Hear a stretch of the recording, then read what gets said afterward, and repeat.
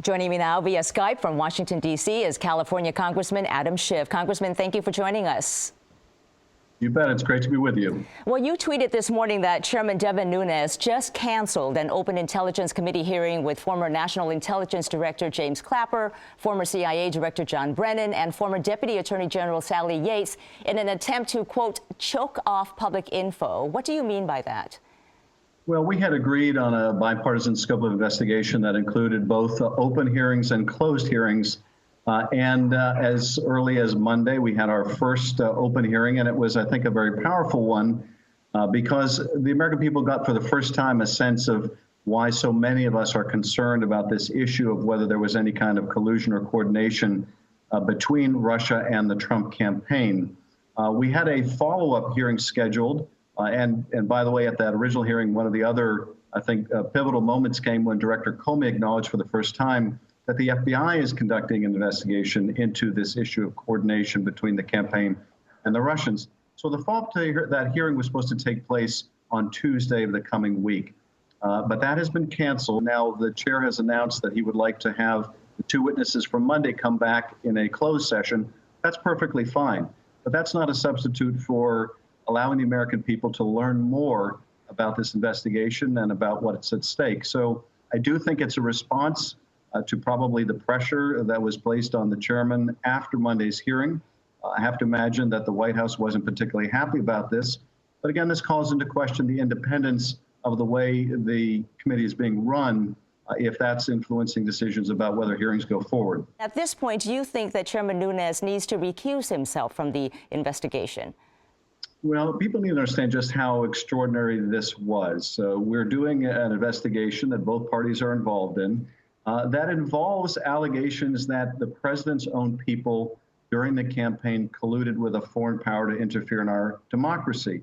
So in the middle of night, the chairman goes on this expedition to review evidence that at times he says is pertinent to the investigation, at times he says is not pertinent to the investigation. And instead of returning whatever that evidence was to the committee, leaves both Democrats and Republicans and all of our staff on both sides of the aisle in the dark about what he's doing and goes to the White House to talk about it. You cannot act that way if you're going to lead an investigation, particularly one that involves associates of the president. But ultimately, it's the speaker's responsibility. The speaker decides whether he continues in that role or not.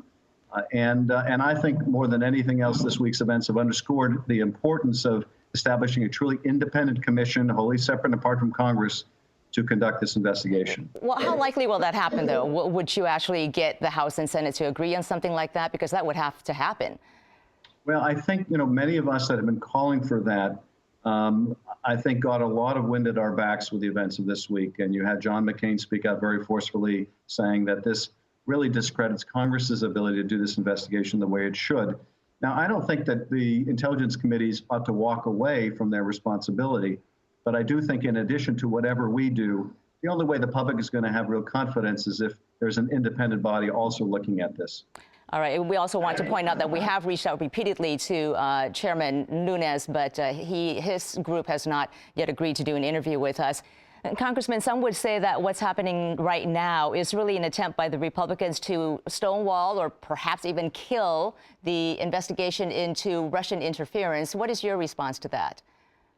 It is a deep concern. I think there are certainly some in the White House would love to see this investigation simply go away or be portrayed as simply a fight between the parties. But the issues are much more important than that. And this is quite a staggering situation where you have a foreign power who quite overtly meddled in our affairs.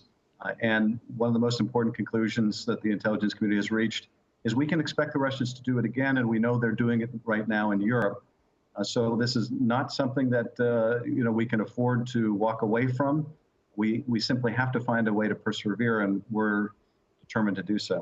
You have also said there's more than circumstantial evidence right now pointing to collusion between Russia and the Trump campaign during the 2016 election. What is that evidence? A lot of course, the evidence that we have is classified. I'm not able to go into. We tried during the open hearing on Monday to discuss as much of the information as we can.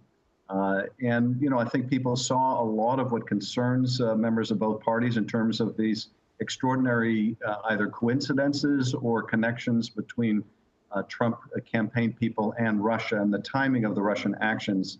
Of course, some things are quite obvious, and that is that the Russian dumping of documents was uniformly designed to hurt Hillary Clinton and therefore benefit Donald Trump. Those facts are quite open and obvious. The question is, were there people in coordination with the Russians?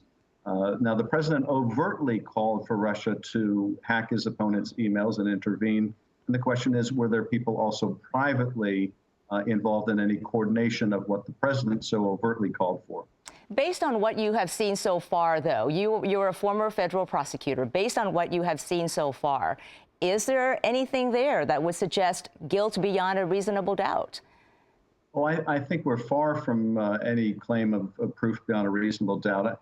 The analogy that I would draw is this is the kind of information you might bring to a grand jury in the very beginning of an investigation when you want to seek from the grand jury the power to subpoena people, subpoena documents, and follow the facts where they lead, an investigatory kind of grand jury. That would be the analogy in the criminal justice system.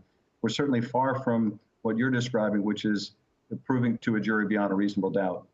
Want to also ask you about other matters. I know that the Russia investigation is key right now, but is your House Intelligence Committee currently looking into any other national security issues, especially in light of what happened in London this week? Absolutely. And here's one of the profound challenges we have. In addition to this Russia investigation, we have a very important day job that involves things like the attack in London, that involves things like the threat to aviation. And you saw, obviously, the steps the Department of Homeland Security has had to take to deal with the emerging nature of that threat.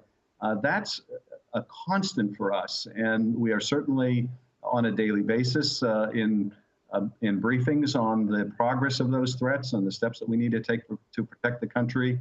But we are quite strained resource-wise, given the magnitude of all that we're facing right now. And Congressman Schiff, are there other legislative priorities you're currently working on as it pertains to California? Well, absolutely. One of the other issues that is going to fundamentally impact California is the change in deportation policy by the president. I have a great many constituents who are deeply afraid that their parents are going to be deported or the family's going to be broken up. We hear those concerns all the time. I'm also deeply concerned about the continuing efforts to ban people from coming to the United States from particular countries. It's not an effective way to protect the country in terms of the terrorism threat. I can certainly tell you that. But it is alienating our allies. It's certainly going to have an impact in California because it is, I think, already discouraging tourism. Just today, we saw in the largest school district in Canada announce it won't let its students and teachers come to the United States. Who would have imagined we'd get to the point where there are refugees fleeing from the United States to Canada, and Canada won't allow students and teachers to come to the United States? It is an absolutely appalling turn of events. I have to say that I do feel like life has come full circle because probably the biggest case I handled when I was a prosecutor was one involving the indictment of Richard Miller, who was an FBI agent who we would later convict of essentially becoming a spy for the Soviet Union in a sex for secrets case with, of course, a woman named Svetlana. Well, and indeed, some have also pointed out that your opening statement during the hearing this week at the House Intelligence Committee, it sounded very much like an opening statement in a court hearing. So certainly your legal practice came in there. Well, yes, it's useful for me to try to organize my thoughts. And one of the roles I feel that I have is trying to explain a very complex investigation, and not just the investigation, but other things that we're wrestling from a national security point of view in ways that people can appreciate. And I think with all of the muddle over Russia and the president's claims that this is really just an effort to delegitimize him, it's important to tell people why they should care about this, what's really at stake. Does the president's style of governing make it harder for you to do your job? Certainly, and I think you can look at the example of these tweets where he accused his predecessor of committing a felony and illegally wiretapping him.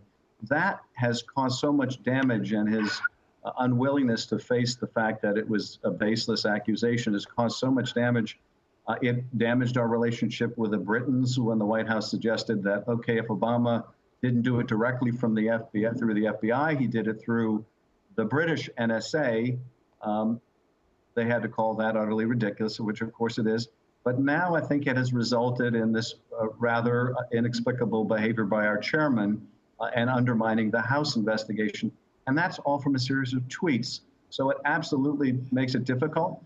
I don't care about the added difficulty. What I do care about is I think this all does damage to the presidency itself, to our national security, to his ability to get things done.